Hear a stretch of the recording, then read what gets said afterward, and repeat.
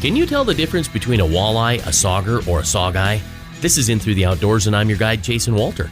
Walleye and sauger are closely related, but it's easy to tell them apart. Saugeye, on the other hand, a little bit tougher. To tell a saugeye from a walleye or sauger, you need to look primarily at the dorsal fin, the tall spiny fin in the middle of their back. A saugeye will have spots on its dorsal fin similar to a sauger, but with a more defined tail like a walleye, but more of a white line than a white tip.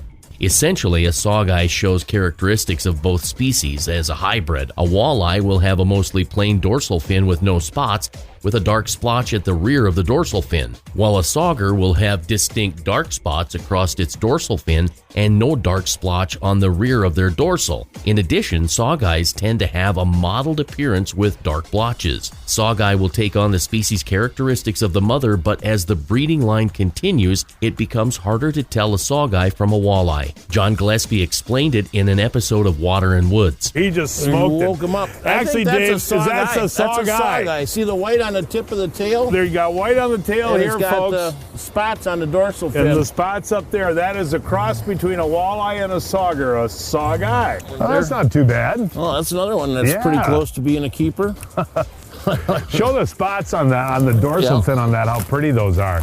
They're so distinct out of the river here, aren't they? Yeah, they got those big spots on the dorsal fin, and then they'll have horizontal blotches on them where the walleye will have more like a perch stripe on it. I'm Jason Walter, and that's In Through the Outdoors. Find more at jasonwalter.com. Be safe, and thanks for listening.